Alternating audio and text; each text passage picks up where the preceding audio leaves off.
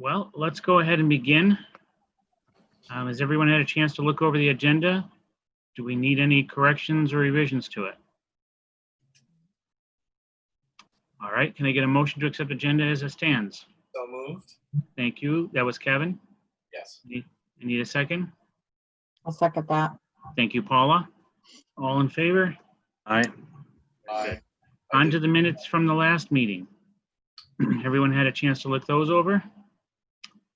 Any changes or corrections that need to be made? All right, can I get a motion? What was that? I didn't know if someone was starting to speak. Can I get a motion to accept the minutes as they stand? So moved. Thank you, Kevin. I need a second. Second. Okay, someone spoke up. Did you get that, Jen? Yeah. Okay. All in favor? Aye. Aye. Very good. Let's move right along to the director's report.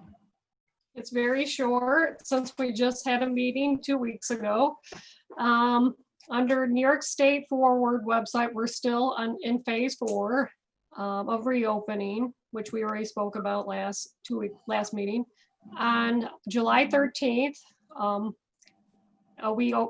yesterday, we reopened our doors to the public with limited people, 10 patrons at a time, 30 minutes each. Everybody's been very cooperative so far. We had about 33 people Monday, and today we had about 16. Everybody's wearing masks. They're keeping a safe distance. There's been no problems right now. And they're very appreciative about being back. Very appreciative. Very happy to be back. A lot of the people are very content that we're open again. Good. On that note, I just want to reiterate in the governor's briefing yesterday, he was quite adamant about businesses enforcing the wearing of masks. So we've got to be diligent about that. It's in everyone's best interest just to keep everyone safe. I know they're not comfortable. I don't like it either, but we're keeping everyone safe. And also, I mentioned the town board meeting we had on the 8th. The town board voted and they approved the transferring of the library's lands and parking lot from the village to the town. I faxed MBL's preliminary drawings and report. The report's changed a little bit since those drawings, but I sent that in the stormwater management report, also by Mike LaSalle. Problem that the town seems to be having is that one person talked about how if we pave it, then they're afraid the drainage will be under the paved parking lot and then they'll have to dig it up if something happens. But I told them I think it's underground beside it. It's not anywhere near Or it. will it be under it? It's not anywhere near it. No, it goes around the backside and over down through our property. And if you, I don't, Oh. yeah, and I noted in my treasurer's report, I noted about that. Yeah, Okay. because we mentioned this at the last meeting about how that one person with the town was concerned about it being paved because of the drainage. They're afraid the pipe's gonna be under it.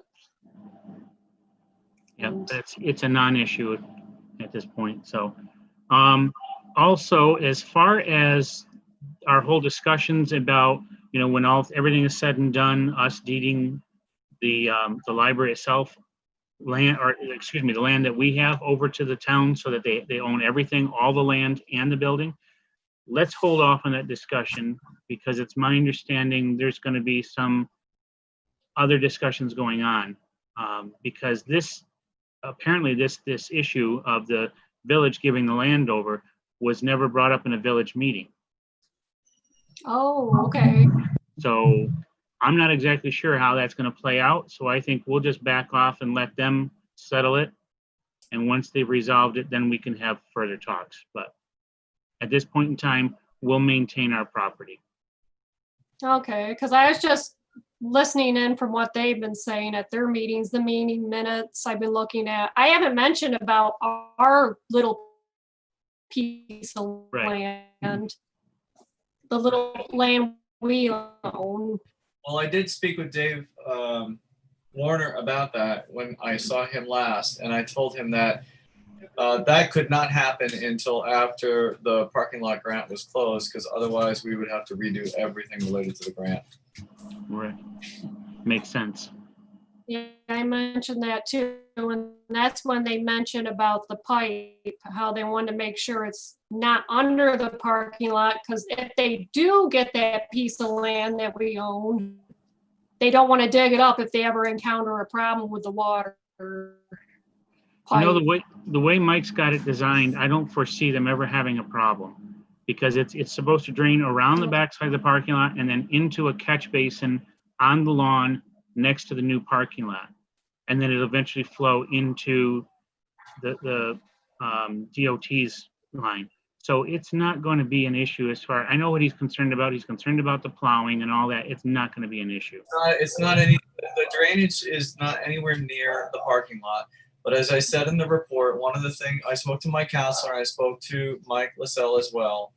Both of their recommendations is that we set the foundation for the extension of the parking lot, but we don't pave that part of it until the spring to make sure that the drainage is working properly. But also apparently it's better for the parking lot if the base sits over the winter so that it settles, because otherwise what we might end up with is cracks in the new addition.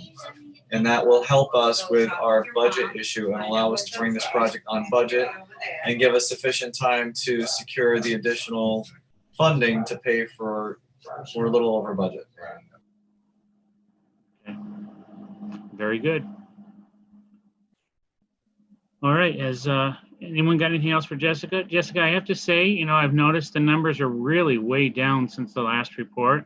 I can't say that I can put my finger on exactly what's causing that, I guess.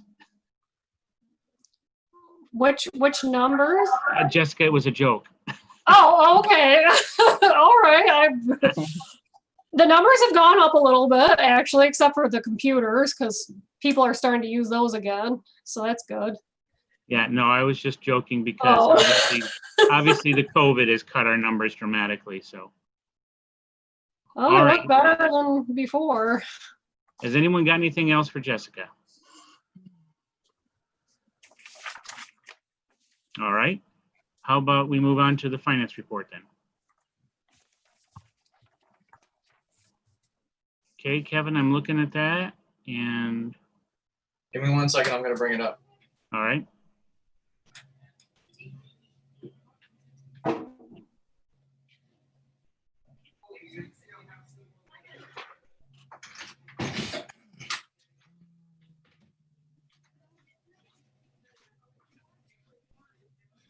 Okay, the bank balances are, I didn't change the date, sorry. The bank balances are shown. We have our list of scheduled bills. I have now set up the cable and the utility bills to be an auto pay. And our unscheduled bills are 2 bills for Baker and Taylor. We need to replenish petty cash in the amount of $44.12. Jessica did check with the town. We are responsible for the sub pump, so we have to pay $185 for that. And then there is a reimbursement to my store for $58.81. I sent you all the invoice, but that is the reason why I'm going to abstain from tonight's vote approving the bills. Okay. Anyone have any questions for Kevin on the finance report?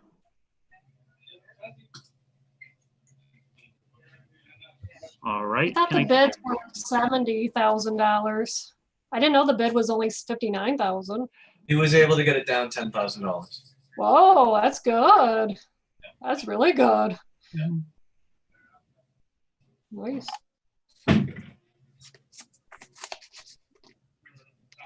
Okay, so Kevin, tell me, first of all, let's finish one thing first. Can I get a motion to pay the unscheduled bills, please? Make that motion. Thank you, Chaz. I need a second. Thank you. All in favor? Aye. Aye. Very good. All right, on to the parking lot project. And you know what, let's come back to that because that's under the agenda, so. All right, do we have any excuse me. Do we have any public on board, Chaz? No? Okay. So we'll move on to any correspondence or communications. No, not lately. Okay. That brings us right on up to old business. And we have no outstanding actionable items yet. Let's go on to the capital project.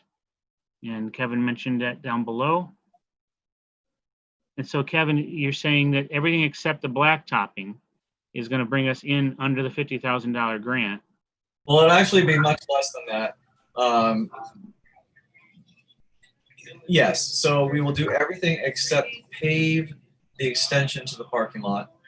The reason for that, there's two reasons for that. Number one, to make sure that the drainage works properly, because if they do have to dig it up, they may have to disturb that area. But also, it is better to let, and they use words I will not remember, the base to settle over the winter, to make sure that it is solid, because otherwise we could potentially have significant cracks in it in the spring.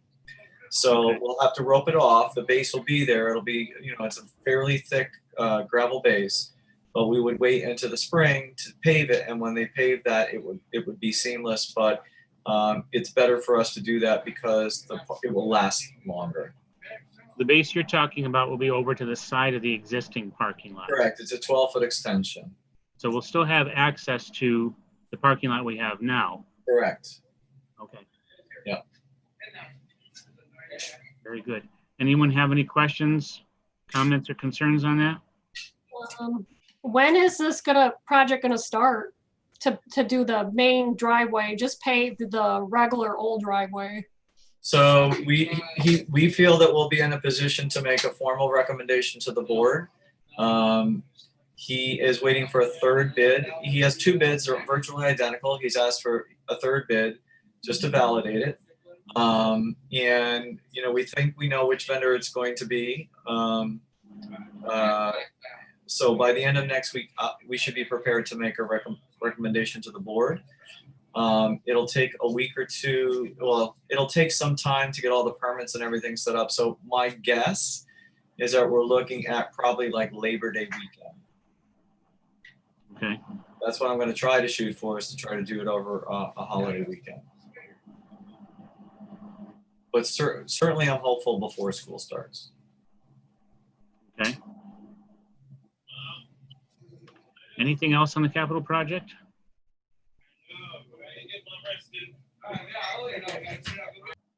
Okay, let's go on to current progress with reopening. Ladies, how are we doing? Other than you had so many people come in, you've not had any negative comments yet, right? No, nothing. Have you ever had a situation where you've had to have someone wait because you've already had 10 people inside? Almost the first day. There was two families that came in, and it felt like there was more than 10, but we met the 10, so we didn't have anybody wait yet. If they do, we would have to do curbside service for them, or they would have to leave or stay in the parking lot and wait, just stand and wait. Okay. So I trying to help Shannon, who's our substitute, greet everyone in a professional manner. I wrote a little bit of a script for her to say that basically they walk in wearing their mask and she says, "Thank you for wearing your mask." And then she asks what their purpose is in the library. If they're going to use the computer, she sends them from there to which one is available. And that will work for all the substitutes. I also set up a document that is a living document on Google Docs that all three of us can see, so that we know exactly who's in the library and what a number is. And you plug it in, it tells you what time they need to leave. You let them know after this time, if we are near capacity, you will be asked to leave. So it's been working well so far. They know what's expected of them before they even come in. That's good. I think the biggest part is if they know up front what's happening, then there are no surprises and no antagonism. Good. Yeah, they have a little check-in place at the side. When they open up the side door, there's a little check-in area. So that helps. The only stumbling block, it's not even a stumbling block, it's stumbling tape. None of our tape has stuck to the rugs yet. Every single day we are replacing tape and taping it down with bigger and better tape, and it pops up before the end of the day. It bunches up. What kind of tape are you using?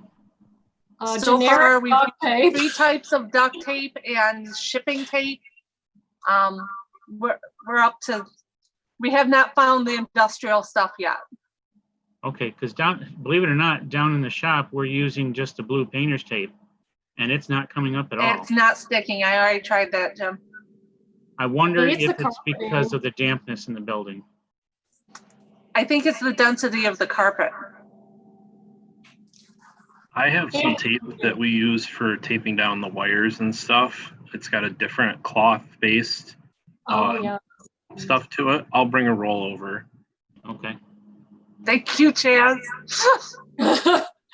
That's good tape, the cloth kind, because I've been buying generic duct tape from Dollar General because I don't want to pay the $5 for a roll of duct tape. So I get the $2.50 kind that's half the price. And you can tell it's cheap quality. It Yeah. bunches up. So Okay. Replacing Anything else it. on reopening? I'm sorry, Jen, what? Oh, I was just saying, if you're replacing it 3 times a day, then It's it not doesn't cheap. really. You're not You're saving spending the anything. same. Not saving anything. Okay, anything else on reopening? Sounds like progress is really good. I'm happy with the way it's going. How about on to the, well, we've already talked about the town update and the building ownership, so we don't need to address that again. On to new business. Is there any other old business? No? I don't think so, because we discuss it as it comes up sometimes. On to the new business, the air purifiers.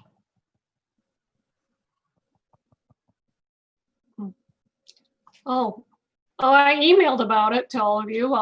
We have an HVAC system, so maybe that will serve as a purifier because we have the nice air filters with the high density or whatever it is. No, standard furnace filters are not what they're looking for. Maybe that would be good enough.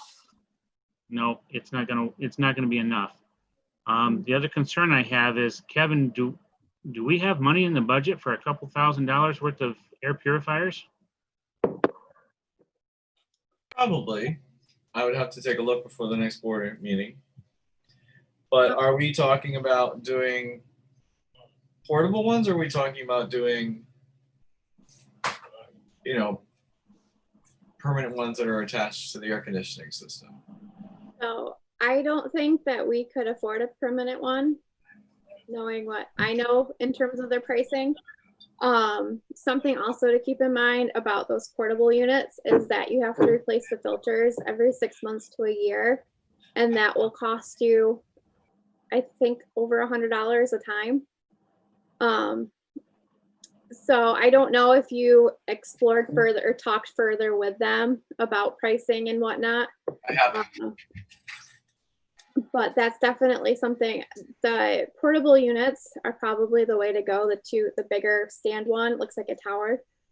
That I would put one on each end, like one in like the kids area and then one on the adult side. They can be loud though, especially when you're doing it at max performance. It's too loud for the library. You would have to have it on, a medium decibel to lower decibel. So I think it's worth having a conversation with them and seeing what we can do. They offered to come out, and there was a site survey form that was in there, and I just have not had the opportunity to fill that out. So once we fill that out, they said they would come out and talk to us. Yeah. So, Okay. and they're going to give you that spiel that I just gave you, but I think that it's definitely worth exploring, but you should, I don't think we should buy cheap HEPA filters because it's just going to recycle the air. So if you're going to do it right, but it's kind of the same with the duct tape. If you get a HEPA filter, it's not worth spending $500 on a HEPA filter because it's not going to do anything. Right, and you know, I mean, to be truthful, I know that the governor is requiring this of shopping malls, but I don't think there's any evidence at this point in time that this actually does anything in terms of mitigating the ability for someone to catch COVID. So I, It said that it was like when I was researching it, the different microns, it's the Healthway IntelliPure purifiers are close to the micro, I don't know how they call them. I can't remember it at the moment. It's like 0.02 is what a Healthway purifier can get, whereas I think a HEPA is like 0.3, and so it's going to be close, but I think that's probably the best that you'll get. And I don't think any of them is going to totally take it away, but it will also help with, you know, like we talked about, like the moisture in the air and stuff like that. I think it will make a better environment, but you have to weigh in the cost, the noise, the replacing filter. There's my concern, and I have to say, personally, I'm really questioning whether we want to go this route right now. If everyone is supposed to be wearing masks, and everyone is wearing masks, then nothing's getting airborne. I'm personally not in favor at this time. I just, yeah. I was thinking about opening up some windows, even though, you know, people with air conditioning, they have problems with it, but I don't care. I might just open up the windows, just allow some fresh air in once in a while. I mean. Well, that's it. You know, if you can open the windows first thing in the morning and let the air flow through, and then when it starts to get hot or humid outside, then close them and turn the air conditioning on, and only run the air conditioning when it's necessary. Because that's better than an air purifier. They say Yes. fresh outside air, just cheap air. You know, you open up the windows and let it go. Yeah, I'm going to have to say, I'm going to be a little concerned about expenditures of money for a little while until we know how this is all going to play out, because as Kevin said in our last meeting, we could be seeing a budget cut from the town. And yes, we would eventually get everything back onto the school ballot, but that's going to take time as well. And My only concern is, personally, I don't believe as a personal choice that filters are necessary. But if we decide in the fall that there's a resurgence and we need one, are we going to be able to get it in the winter season and get it installed? Well, you know, when everyone else is also on the lookout for them then, because they're needed immediately. That's my only concern. And I don't care one way or the other, because I'm going to go to work no matter what. So I would say with a portable unit, all you do is plug it in. And if push came to shove where it was a huge necessity and we couldn't open without it, there's one sitting next to me.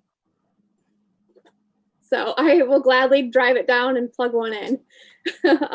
If it's really that, you know, it comes to that point. so let's table this for now, and we'll see how things play out, see how the virus changes, how the wave changes, and we'll address it again in the future if we need to. Everyone in agreement with that? Yes. Mhm. It would probably be Okay. beneficial to still do the site survey. Yeah, I agree. It's not a bad idea. At least get an idea of, you know, if we have all the facts, we can make a better decision. Mhm. Plus, who knows? They may come in and say something or make us an offer that we couldn't possibly refuse. Exactly. So, yeah. Who wants to set up the site survey? Okay. I mean, if you It's want, okay. I can do some of that if you want me to, just knowing the background with it. I mean, I don't mind taking that project over. My understanding is fairly simple. It's about square footage and stuff like that. I don't think it'll really take that much. I just didn't know what the square footage was, and I haven't had an opportunity to get to the library.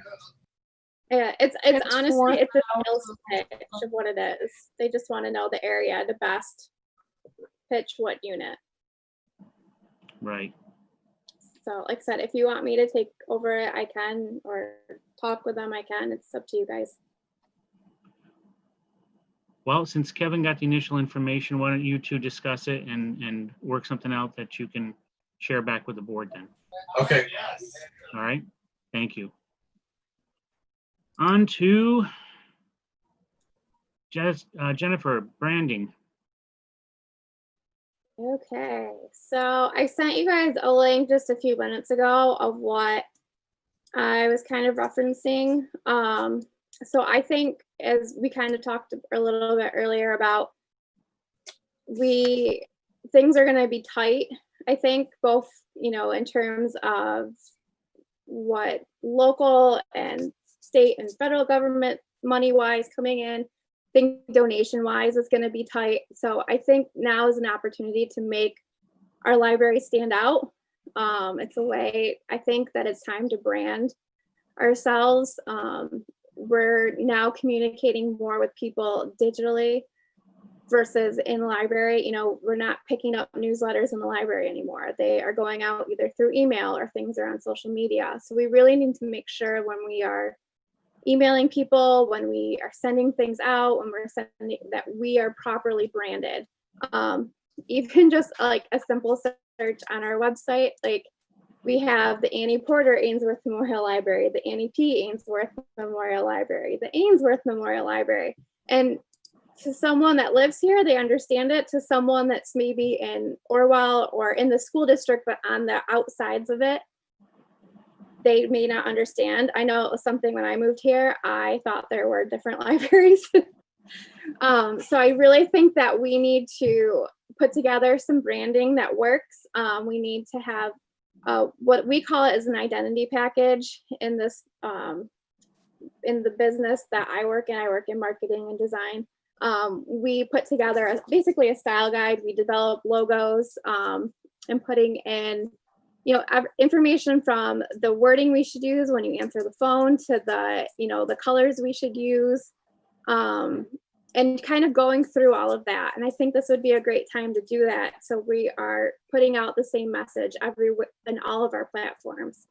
So that's kind of what I'm proposing that we look into doing.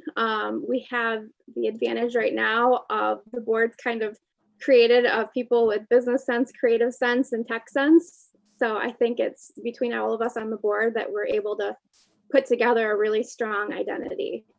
So you guys are. We definitely need a new logo, because that drawing of the library is so 1940s. That should have been retired in 1960. And here it is 2020.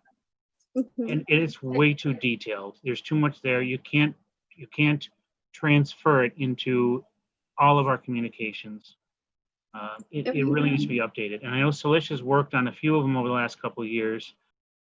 So Jen, if you and Celicia would want to work together and take a look at her designs, if it's something we can use, or if the two of you come up with something even better and want to present it to the board, we definitely need a new logo. And yes, as far as the name, it's something that's kind of bugged me in the back of my mind a little bit, because I'm so particular about names, using people's names correctly.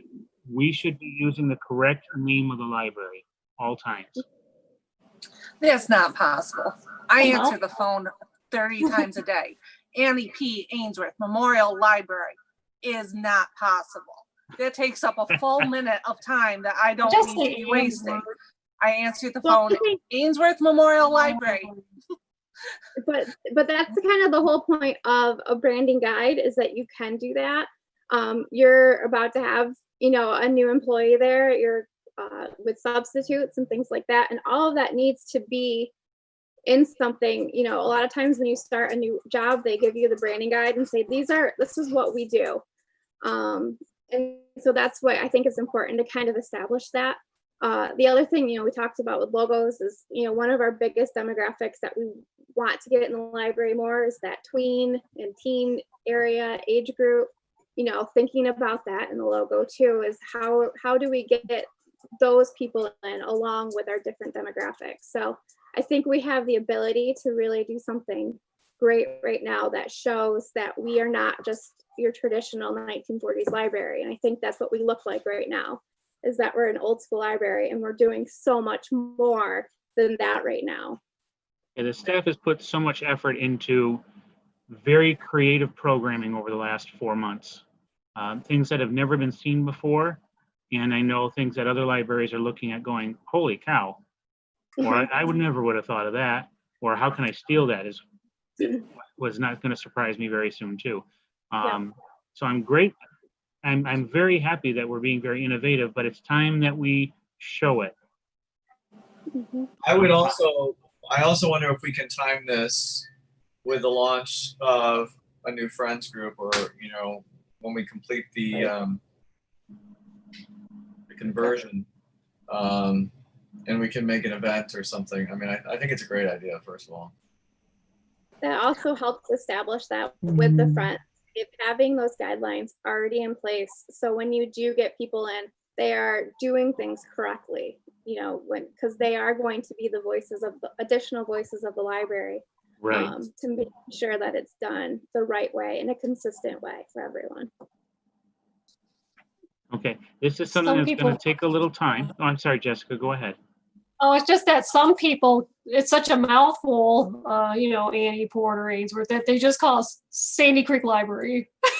That's all they call us, or know us as. That would be easier, but that's not our name, so. Well, that's something that I think what we need is a committee Mhm. to draft this plan and get it presented to the board.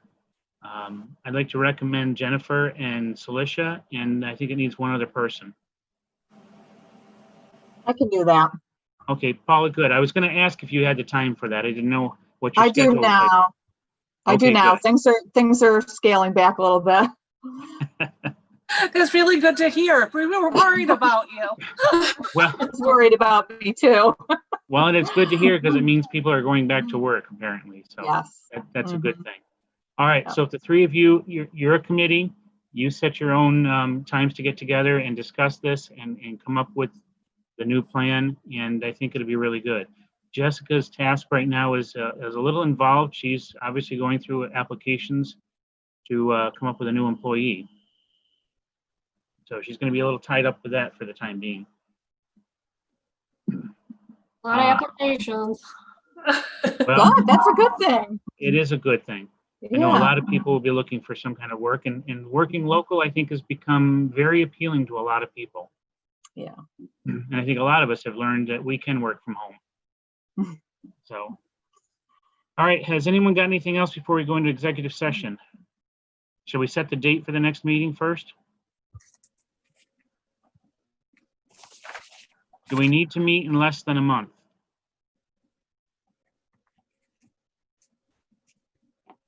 Kevin, if you're talking, you're on mute. I would say 3 weeks. I would say let's set it for 3 weeks.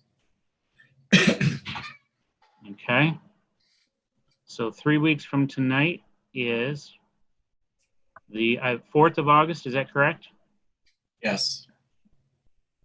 Yeah. Okay.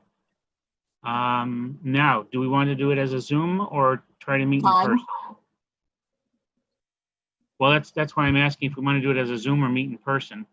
Because if it's in person, we could do it at 6 o'clock for the library staff. I think we should probably do it as Still a working from home. I don't mind. Yeah. I would agree with that. Agree with what? He got cut off. Oh, think- sorry. The Zoom. I think for Okay. at least one more time until we see how Yeah. things are going, that'll be good. Okay. 6:30 or 7? We have to give our people time to get home from the library. 6:30 is fine. Is it? Okay, let's go with 6:30. That's August 4th at 6:30 p.m. Kevin will send out the invite for the Zoom meeting.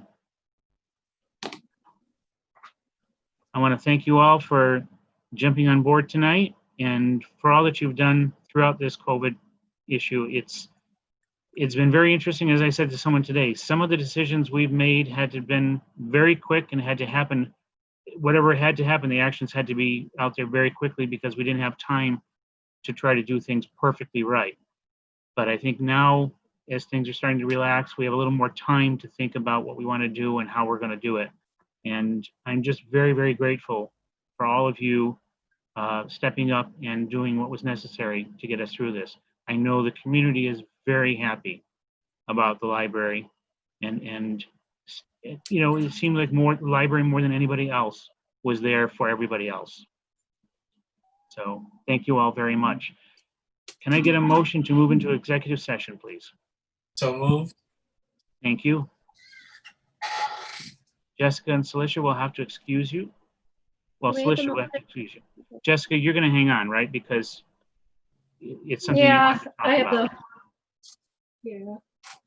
Who made the motion? I did. Kevin did. Who's I? Kevin did. Kevin made the motion. I'm working on 2 different computers.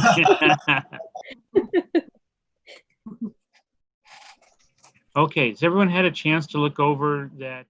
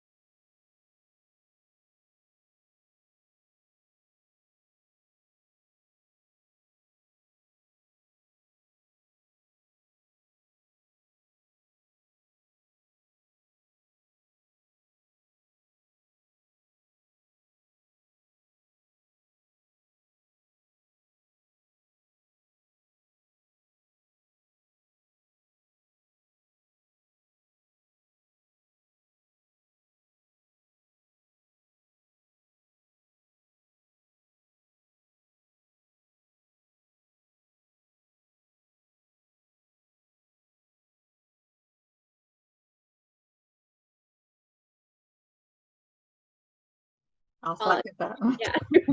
Make it easier on me. All right, He's typing. very good. Thank you all again very much. And if I don't talk to you before, I will talk to you and see you again in 3 weeks. Have a great week, everyone. Thank you, you too. Bye. All right, bye.